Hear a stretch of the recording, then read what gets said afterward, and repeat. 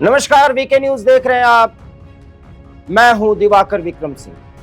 जिस तरीके से इजराइल और हमास के बीच संघर्ष चल रहा है और दोनों एक दूसरे पर आरोप प्रत्यारोप गढ़ रहे हैं, उसमें अब ऐसा लगता है कि ये युद्ध और ज्यादा लंबा और ज्यादा खतरनाक आगे बढ़ेगा, क्योंकि इस युद्ध में जो निरपराध और निर्दोष लोग मारे जा रहे हैं, उसके कारण एक बड़ा मानवीय संकट पैदा हो चुका है।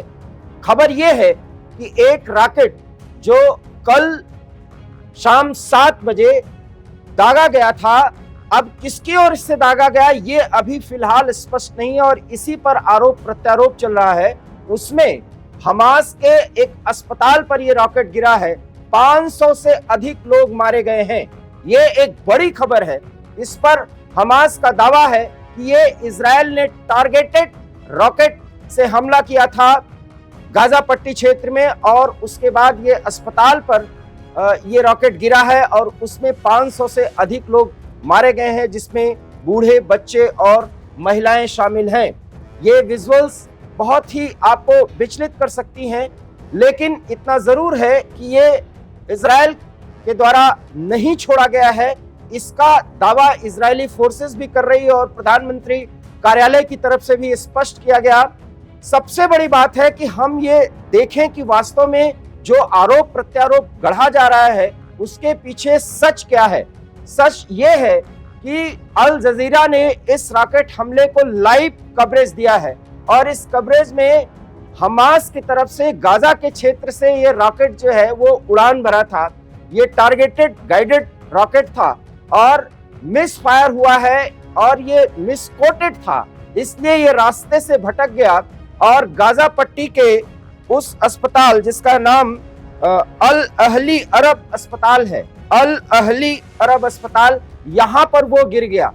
और ये गिरना था इजराइल के क्षेत्र में, लेकिन गाजा के अल अहली अस्पताल पर ही गिर पड़ा है और इस अस्पताल में मरीजों का इलाज तो हो ही रहा था, घायलों का इलाज तो हो ही रहा था।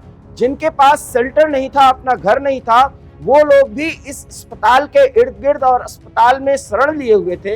इसलिए जब ये रॉकेट गिरा, उसके गिरने के बाद वहां पर विस्फोट हुआ और 500 से अधिक लोग मारे गए हैं।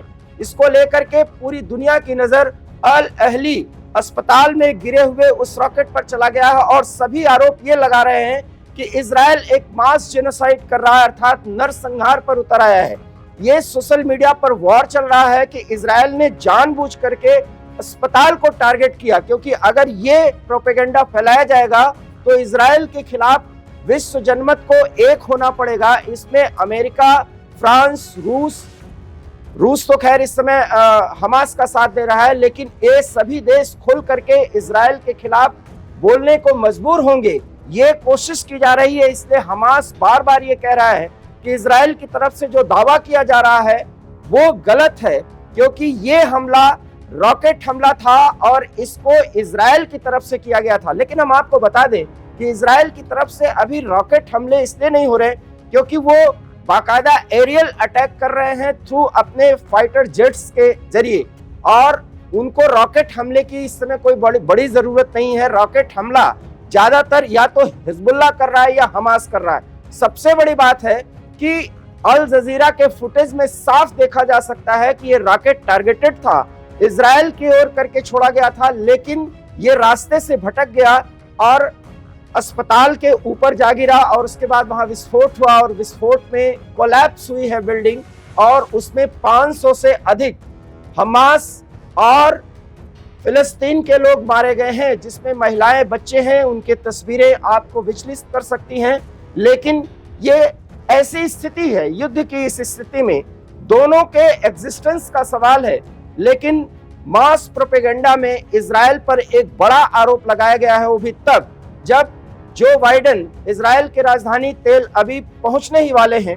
उस स्थिति में उसके पहले ही पूरे मंगलवार से लेकर के बुधवार के अब तक जब हम आपसे बात कर रहे हैं, तब बाकायदा हमास की तरफ से, पूरे इस्लामिक दुनिया की तरफ से इस वीडियो को सार्वजनिक किया जा रहा है और उस पर कैप्शंस लिखे जा रहे हैं और ये कहा जा रहा है कि अब इजराइल नरसंहार पे उतर आया है।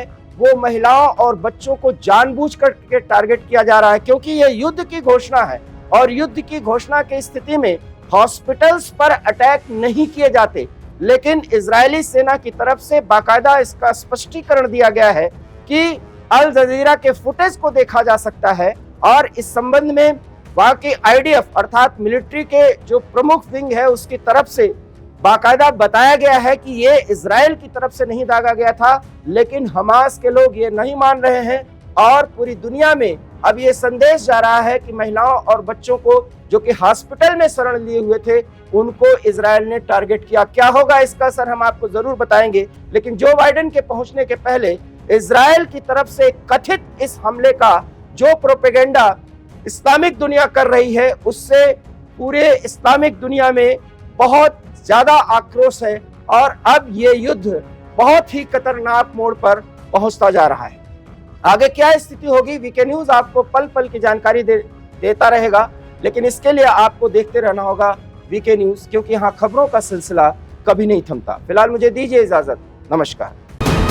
वीके न्यूज, राष्ट्र के नाम।